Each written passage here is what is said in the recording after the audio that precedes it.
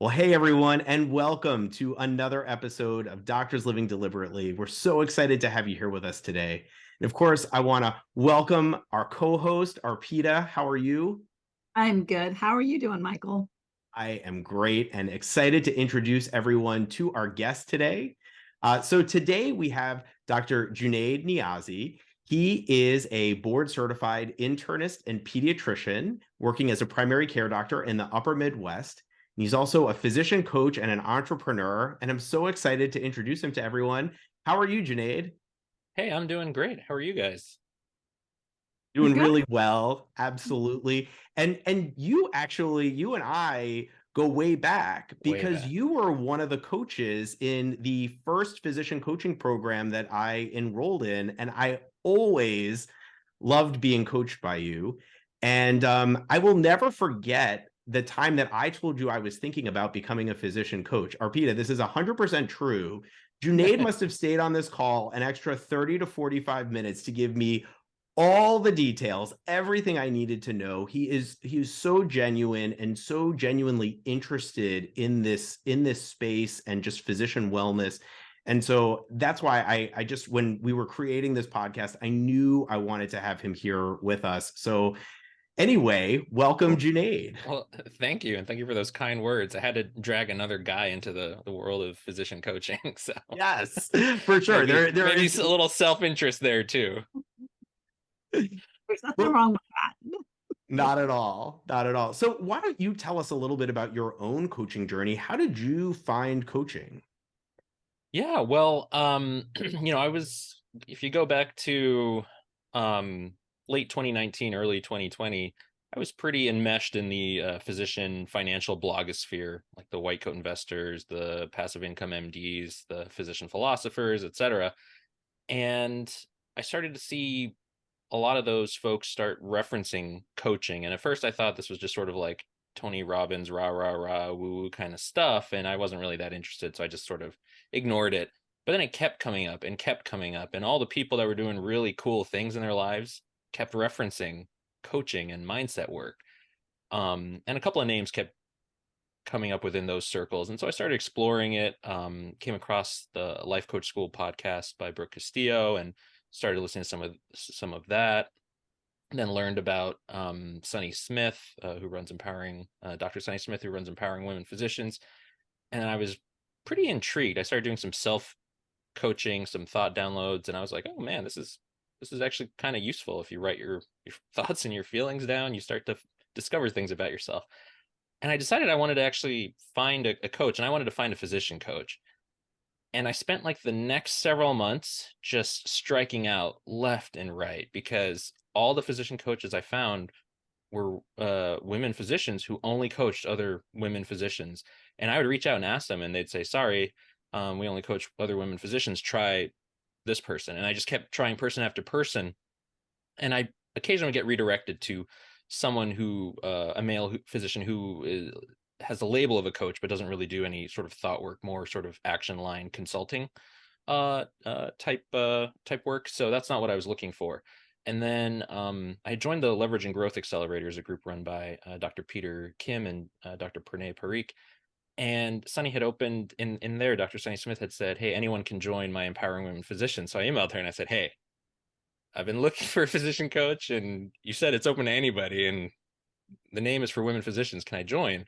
And she graciously said yes. And I like to say the rest is history, but since very few people know who I am, they don't know what that means. But basically, I went through her program, got coached by some amazing people, including Dr. Smith herself on group coaching calls and one-on-one calls, and decided to become a coach because I was like, man, I can really accelerate my skills and the benefits I've gained from coaching for myself if I become a coach. And then as I went through that process of becoming a coach, I realized I need to share this with others. And there was a little bit of maybe a pull at the heartstrings of there's so few men physicians in the world of coaching that it almost felt like an obligation to share it with other men.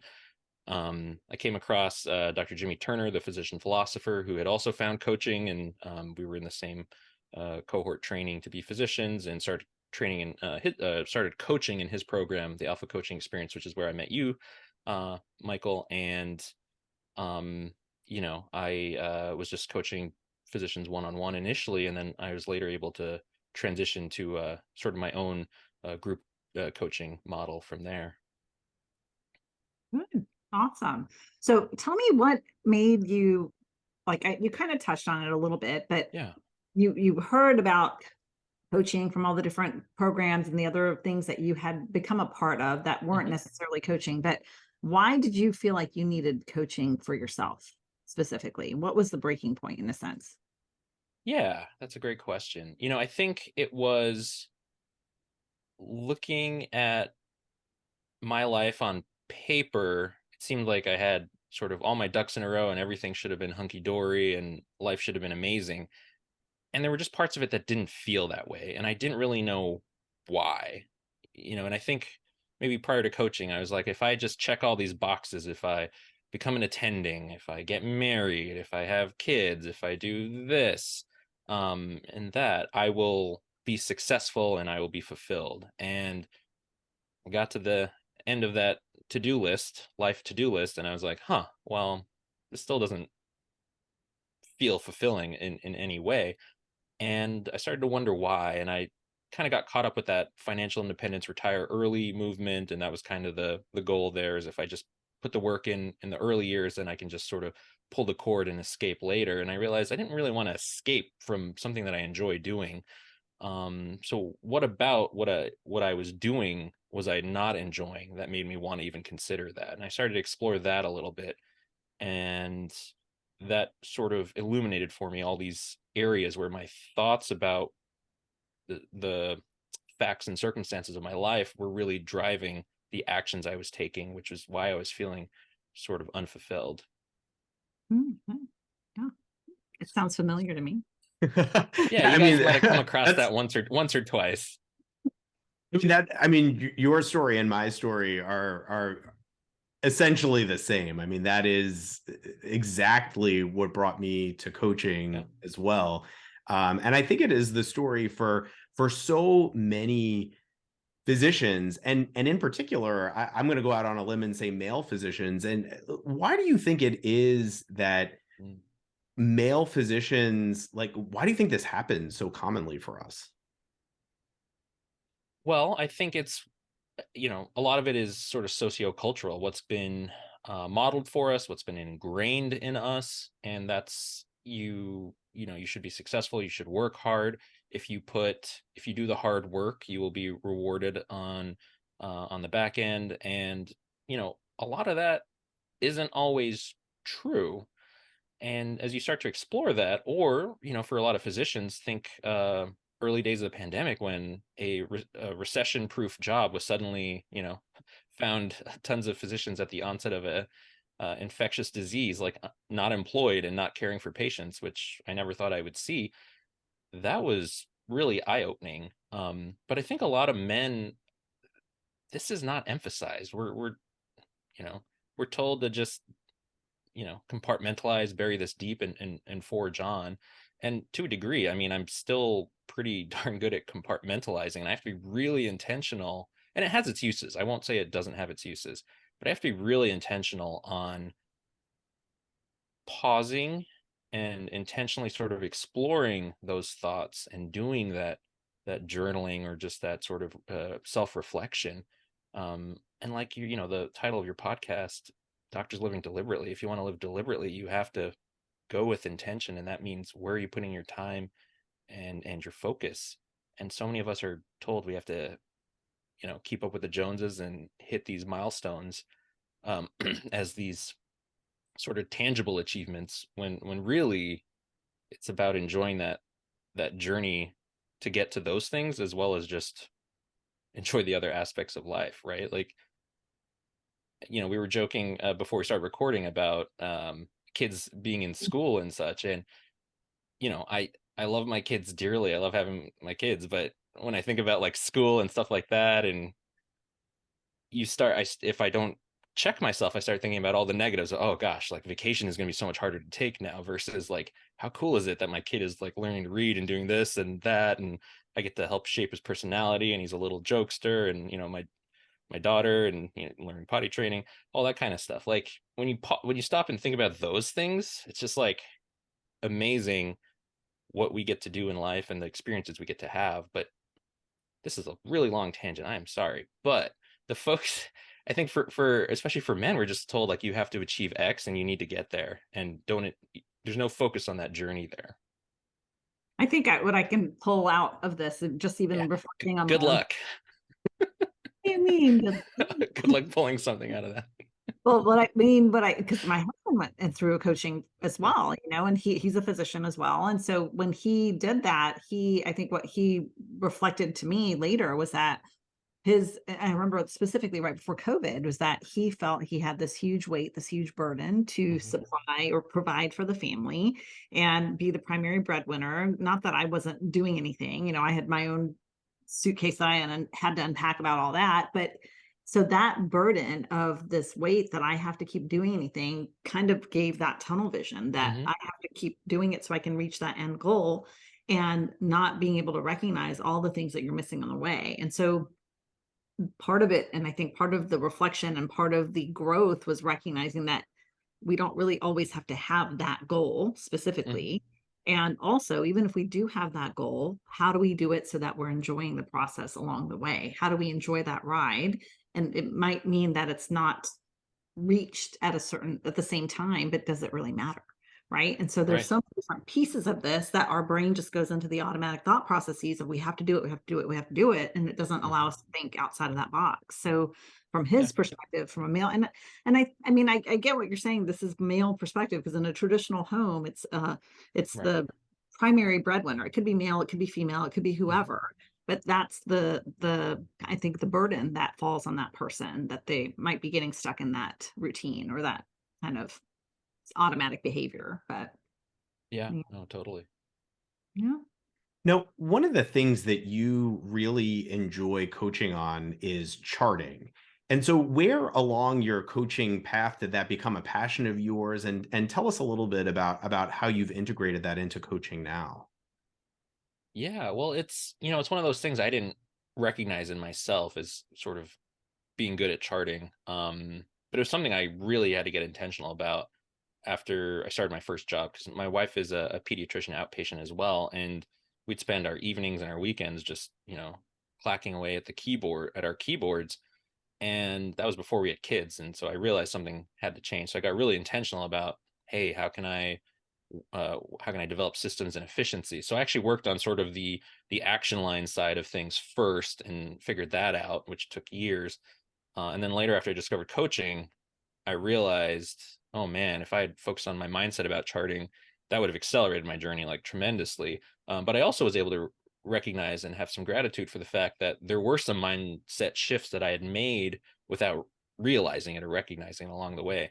Getting back to your question, when I was coaching in Dr. Jimmy Turner's program, I was always piping up in the chat on the group coaching calls about whenever clinic questions came up or things like that. And so it was Jimmy himself who challenged me. He said, hey, you're going to host a charting, I forget what he called it, charting efficiency masterclass for our clients. And I said, oh, okay.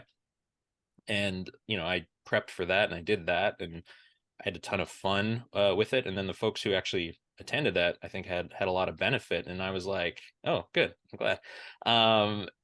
And Michael just raised his hand. That's why I said that. For those who I was there. I was there for it. I was there when this all started. He was there at the birth. Yes. And I realized, like, oh man, I have a niche. And so I just sort of took it from there and ran with it. And that was spring of, or maybe fall of 2020, early 2021. And a little later in 2021, I launched a group coaching program called Charting Conquered. And since then, we're 200 plus physicians in, and most recently, I just started a parallel program also for APPs. Very cool. Very good. I remember, I think a lot of this is, like you said, it's the mindset. But part of what I think really impacts the charting, where we become crippled with the charting, is the perfectionism, right? That we are fearful that it needs to be perfect and everything is documented, but also the repercussions of if it's not, which are kind of, again, going back to our thoughts. And then also just making it a priority to say, hey, I'm going to be committed to getting this done in this time frame that I have. And I'm not saying that it's okay that our visit times are getting shorter and the amount of work that we're expected to do is Right. not getting higher. It is.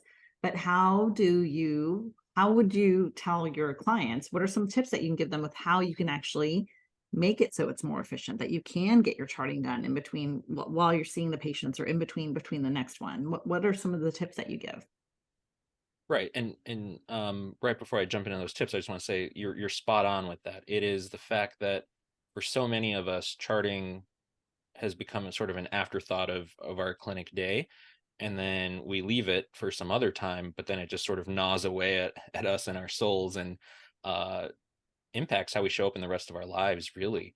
But the you touched on the main thing that I usually tell everybody if they ask for just one tip. I'll say, you really have to chart as you go, meaning you have to get your notes, your orders, everything done for every encounter, either during that encounter, like before the patient gets up and leaves. And I'm a clinic doc only, so here I'm just talking in the clinic, or right after you finish seeing them and you've just gone back to your little pod or office area. Um, and a lot of folks have a lot of objections to that. Well, I'll keep somebody waiting longer, or that seems disrespectful, or I can't do that because it's going to take me forever to chart. And I really love to challenge people on those thoughts, and I call them thoughts, yes. Because when they look at it, it's usually like 3 to 5 minutes of work that they have left max, and often it's 2 to 3 minutes.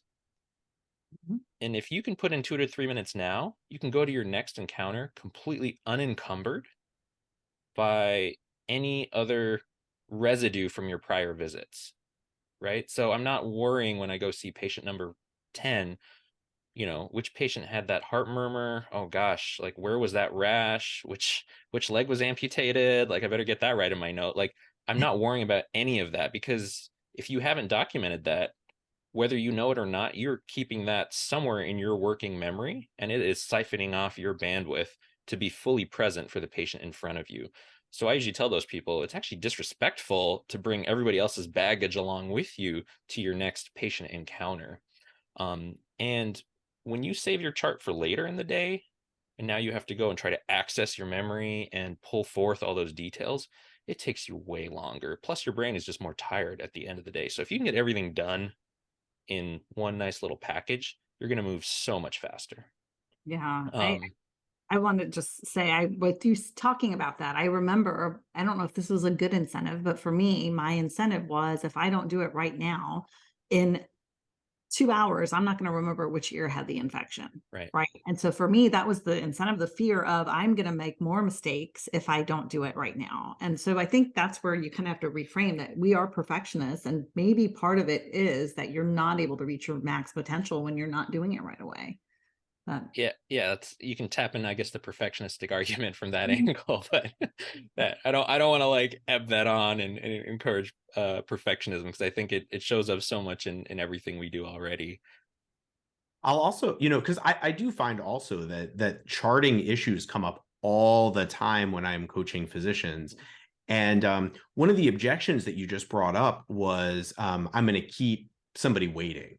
Mm-hmm. And what I offer to physicians who offer that as a reason to not chart as they go is that if they don't do that, they still keep somebody waiting, but the person that is waiting for them is their spouse, their children, all the other people that are waiting for them at home, or that you are distracted away from when you are at home, because you're just like, okay, I'll come play with you in a few minutes. I just have to finish my charting. And so who would you rather keep waiting, and make that choice deliberately and with intention, like you were talking about earlier? Right. And for every individual patient, we might be talking about keeping them waiting 10 minutes versus 12 or 13 minutes. Add that up, and by the end of the day, you're keeping your family waiting like an hour plus, hour and a half, 2 hours, whatever it may be. So you're spreading the love, maybe, in a way you can think of it, amongst all your patients, right? But there's an interesting study that did sort of a time audit of ambulatory physicians in 4 specialties, including orthopedics. And what it boiled down to is the physician. So it was orthopedics, family med, internal medicine. Ooh, one more. I'm forgetting the last one. cardiology as well, cardiology, family, IM, and ortho. And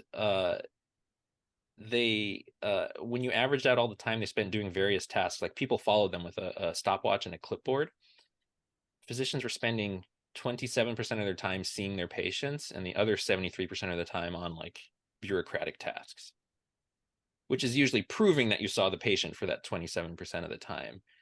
And so talk about, moral injury and burnout. We're highly trained professionals.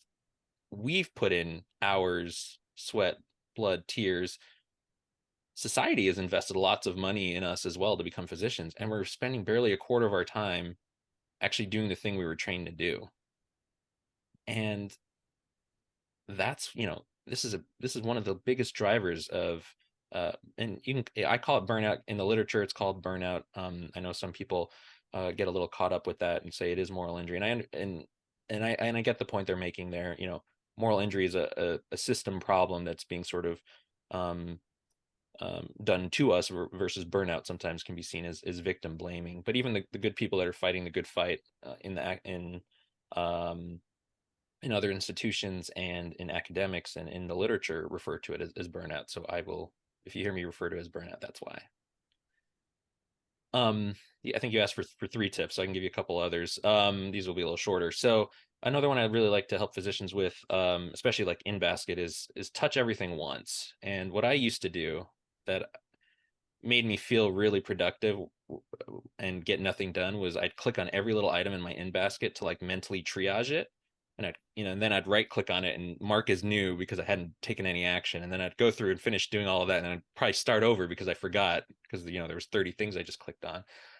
So I really work with clients to be like, what if you just clicked on something and just did it there and then? Choose whatever in basket folder you're going to work on. And I usually say, choose something that generally will lead to more inputs coming into you. So refill requests, right? If you don't address that within a half day, you might get another call about it, which is pulling your staff away, pulling your attention away, interrupting you in some other way. And just go through those, go through your lab, your labs and your other results and such. But don't just keep clicking on things to look at them to see, is there something important in there I need to address? Because you're going to have to address it anyway in some sort of timely fashion. And, I used to waste 5 or 10 minutes at a time just between patients doing that kind of thing. So if you can touch it once, that's the best approach for that. And the last thing is assign everything a time. And, we tend to be scheduled up to our teeth in patients. So we start at this time and we see patients till this time. And then we're supposed to go home and, start the other, attend to the other obligations and duties we have. That's not realistic. So look at your schedule ahead of time and say, okay, I'm going to really try to hold these folks to really, strong agenda setting. And we're going to talk about X, Y, and Z only at these visits. This might give me 5 minutes after this visit. This person's coming in for just like a urinary tract infection. This will be a quick visit. So I'll have probably 10, 15 minutes there. And then say, what is the most important thing I need to get done outside of seeing my patients? Maybe it's calling a patient back about that new cancer diagnosis, that biopsy result that came back. Maybe it's calling someone about their parent. And they're worried about dementia and getting them in a higher, they have a higher level of care need, like assisted living or something, and getting that process rolling, and say, that's my first priority. I think I can get it done here. This doesn't need to be perfect. It just needs to be good enough. And you'll see, as you get good at this, as you practice this, you'll get better and you'll start to trust yourself. Okay, I told myself I'll get 5 results done. I got 5 results done. And you can even make a game out of it if you want. And I tend to make games out of a lot of things, but assign it a time and don't focus on being perfect. Again, perfectionism tends to hamper us in a lot of ways. Yeah. I have one tip that I remember from vacation, because I know the docs, we dread coming back from vacation because that inbox is like pure hell, right? And so one of the lectures or webinars I was watching, they suggested that when you return from vacation, number one, the first day back, don't schedule any meetings. Make sure you've built in time to tackle the catch-up work, which is the inbox. But also after that, each day as we continue, we're still getting the whole full inbox refilling, right? So whatever process you have of getting through that day's inbox, continue that. and then give yourself maybe an hour allocated each day just to go back 1 day's worth. And so then you've scheduled it so that you will not be overwhelmed by all this huge number of outbox or inbox things that are waiting for you. Right. You've devised a system to be able to tackle it systematically so you don't feel that overwhelmed. So I thought that was a really helpful way to think about it, because we all deal with that when we come back, whether or not we're actively practicing or not. That inbox is there, right? Yeah. Right. That's, that's only gotten worse. At systems that use Epic, they say my chart messages, for example, are up, or portal messages are up 157% since the pandemic started. I know at my organization, it's a multiple of that. And so, yeah, they're all inputs coming in can be a huge drain, and it's so hard to go on vacation and be at peace and spend time with your family and enjoy yourself and recuperate when you're just like, oh, what am I coming back to? And so many physicians like don't take vacations. I don't know if you've had any partners who are like that. It's sad. I mean, this continues to be an ongoing struggle for me. When I am on vacation, my computer is almost always with me. And, I don't necessarily log in every day, but I have that fear of coming back from vacation and seeing 1,000 messages waiting for me in my in basket. And I would rather spend an hour of a day each day on vacation tending to messages than come back to, the feeling of overwhelm. And I am somebody who also, I think, is very efficient with my charting. I do chart as I go. But the vacation stuff, that is still something that remains a challenge for me. And so for all of you who think that, like the coaches, we've figured it all out, we have some of the keys, right?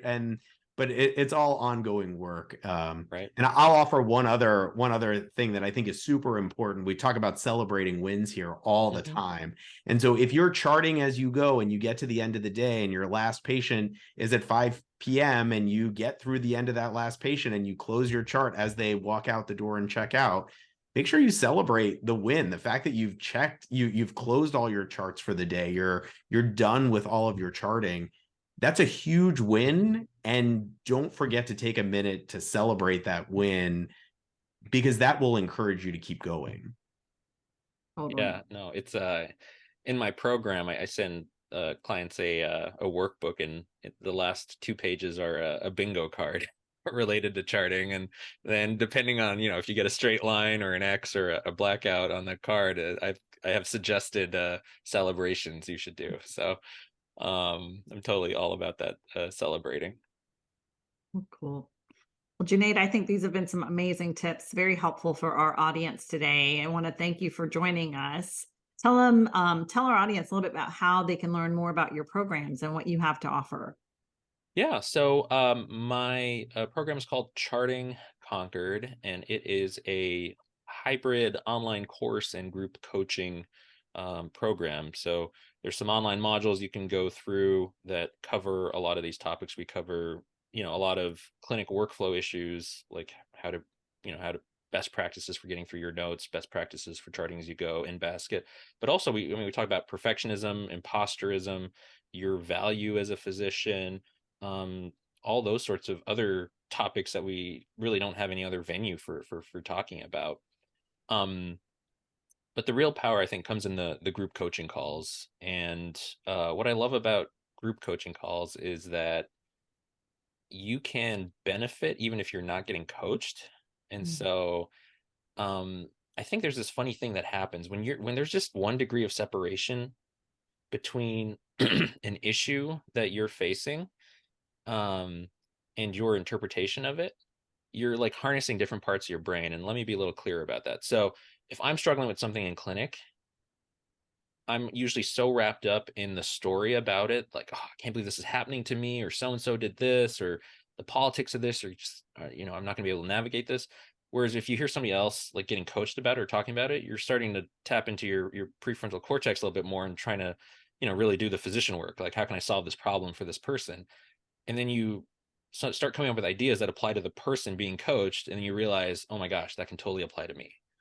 And for me, that's always been the fun of group coaching. That's why I love that format. So my program is actually sort of ongoing. So you can join anytime. and then you just start getting those the course modules dripped to you weekly, and you can, you'll be able to join the next group coaching call, which are weekly most weeks of the year. I'll take the big vacation weeks off. And I have another coach with me, Dr. Peter Baum. He also coaches with me in that program. And if you're struggling with charting, I have a lot of blog posts and a lot of resources, including how to join my program on my website, prosperouslifemd.com. Amazing. Well, this, I think, is going to help so many physicians. Dr. Junaid Niazi, we are so grateful for you coming and spending some time with us and sharing all of these tidbits with our audience. And if you are listening to this and this resonates with you, go and check out his website, prosperouslifemd.com. And again, thank you so much for being here with us today. We so appreciate it. Thanks for the invite. I love being here. Thank Take you. care. Good to have you. Bye. Bye. Bye.